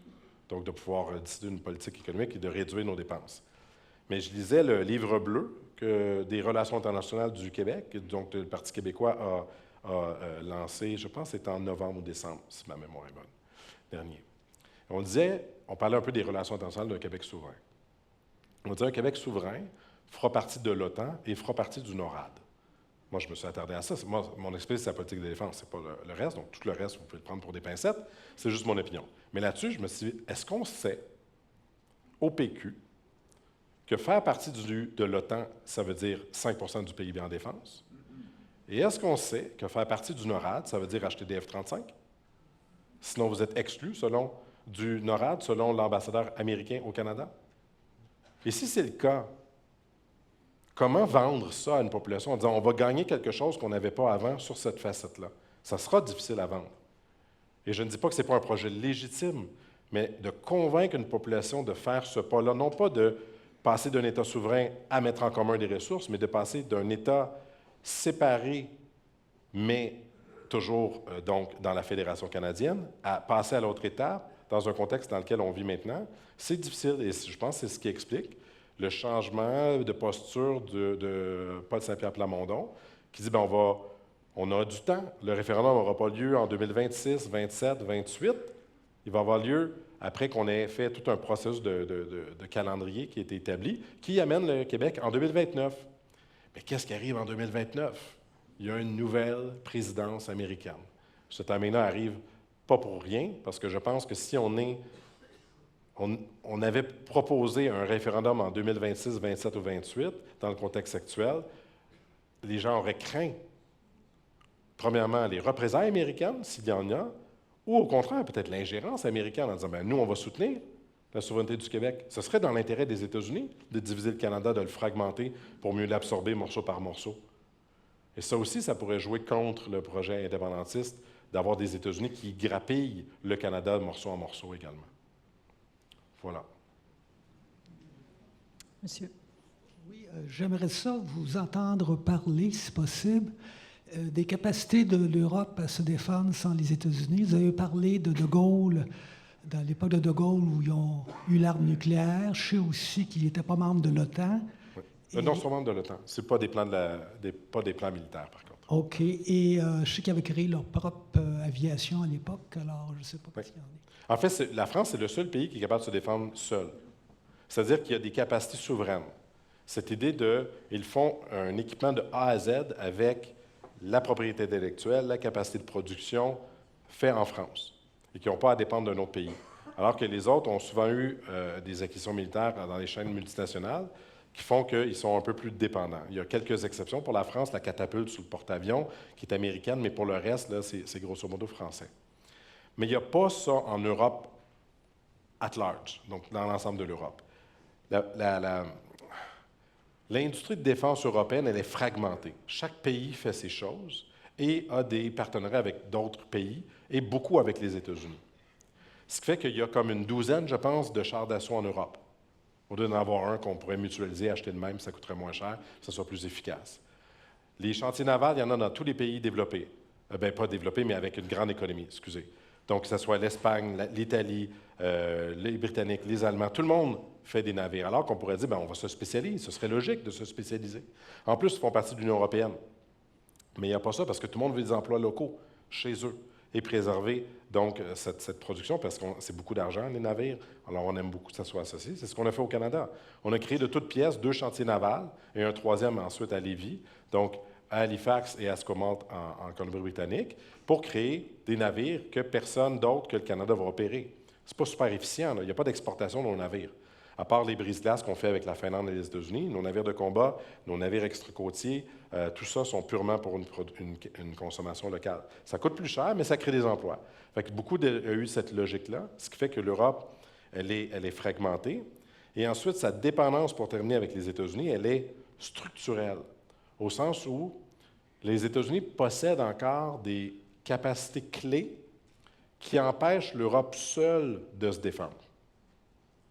Les principales capacités clés sont ce qu'on appelle le ISR, cette reconnaissance, renseignement et surveillance, cette capacité d'avoir des satellites, des drones, d'identifier les menaces et de pouvoir donc y faire face.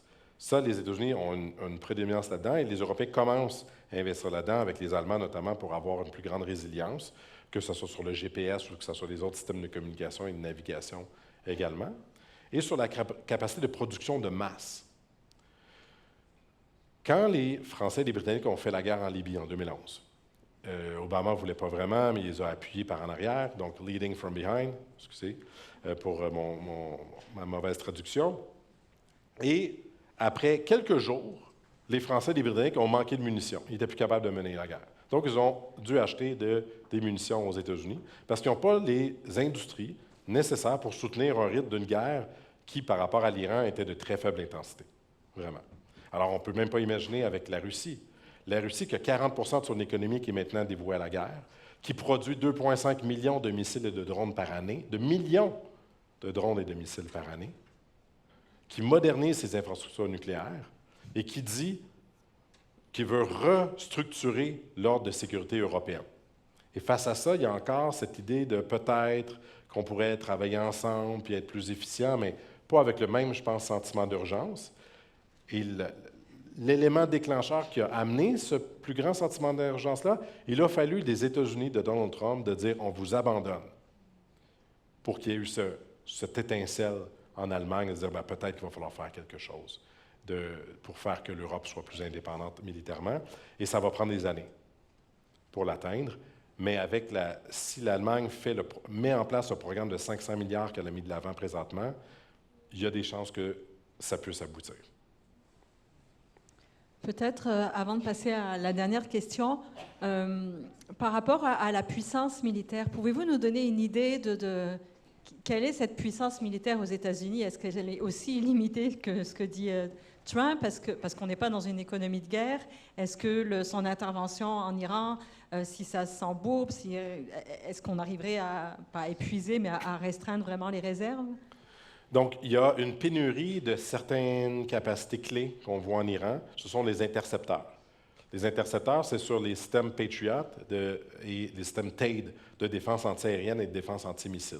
Ça, il en manque beaucoup parce que quand l'Iran envoie un missile balistique, souvent, la défense en envoie 2, 3, 4, 5. Il y a eu un moment donné qu'il en a envoyé 10 pour tenter de les intercepter. Donc, ça coûte cher. Puis ça coûte un ou 2 millions chaque missile.